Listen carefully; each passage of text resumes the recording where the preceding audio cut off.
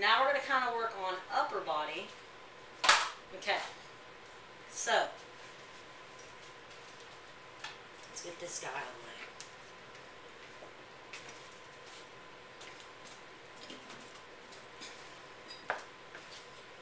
Alright,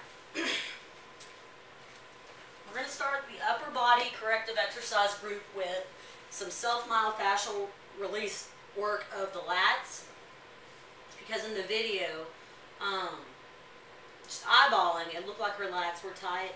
So I'm going to use my therapy balls for this one, but you can also use your foam roller. I like the ball a lot better. It's a little bit easier to get in there, easier to use. But for the lat, what you want to do is kind of get that, keep the thumb up of the arm. You're going to start with it kind of in the armpit, and then just roll across it. I'm running out of room here. Tricky in here with limited space, but she's probably going to be tight, kind of in that teres area. And again, like with everything else, one side might be tighter than the other, but either foam roll or use the ball for doing some work with the lats there. Second thing, we're going to stretch out the pecs.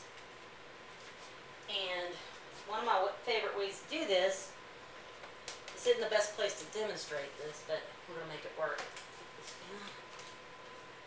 Okay, so I call this a wall peel, and I actually prefer to do this, like if this was a doorway right here, I would prefer to do this with, say, my arms against the wall, and I'm standing in the doorway here, so this is open space in front of me. This is actually, that would actually be the preferred way to do it, but the wall works just fine.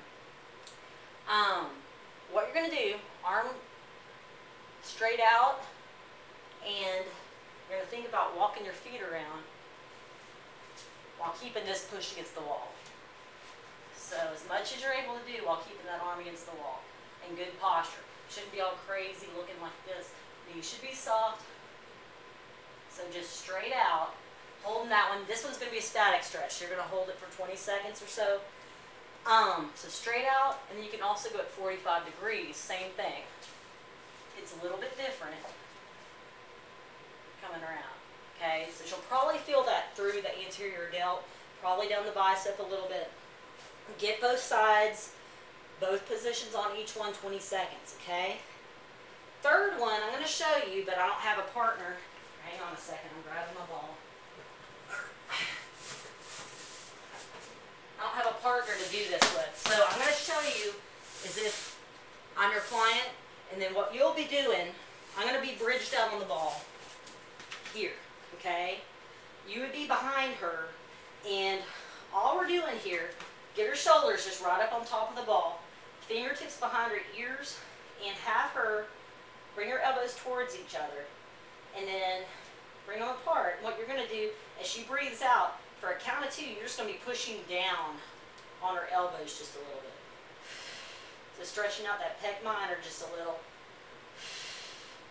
So instruct her to squeeze her shoulder blades as you stretch, and that'll allow you to get a little bit more of a better stretch from there. So, like I was saying, you're going to be behind her right here. Just gently press down. Bring the elbows towards each other. Press down on those elbows. 8 to 10 reps. That one feels good. Okay, so that's stretching out the pec minor. Put this back up. Without causing a mess. Alright. Fourth thing.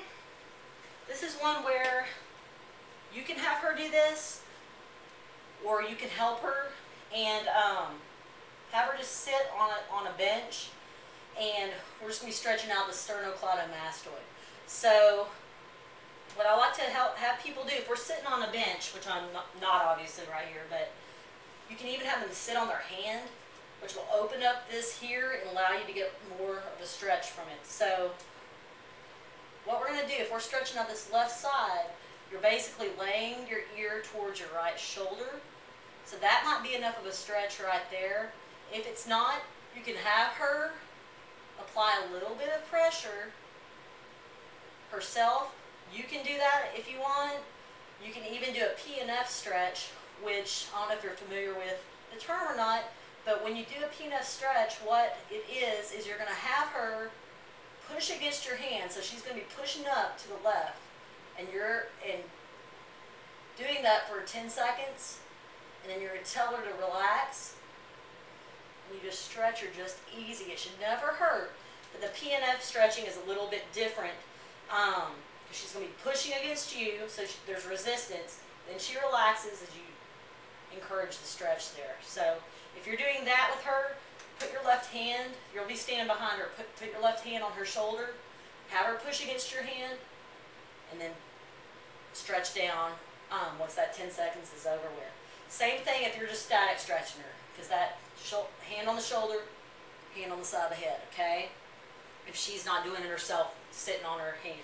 All right, hopefully that made sense. I feel like I'm talking your ears off. All right, fifth thing is going to be farmer's walks, which I know you're familiar with. 20 to 30 pounds might do the trick on this one, just holding in each hand. So I like these because not only is it a great total body drill, we're getting a lot of core work in there, we're obviously working everything, but it encourages good posture. So aside from that, what I really like is the fact that when you hold these weights at the sides of your body, you're having somebody walk not too fast, you know, just making each step deliberate and constantly thinking about what's going on. It's an awesome stretch for everything up here. So typically, like, I'll have a client do a set of those, and they get done and they feel a little bit looser. So it's a good stretch for the traps, and also getting those shoulders pulled back and down.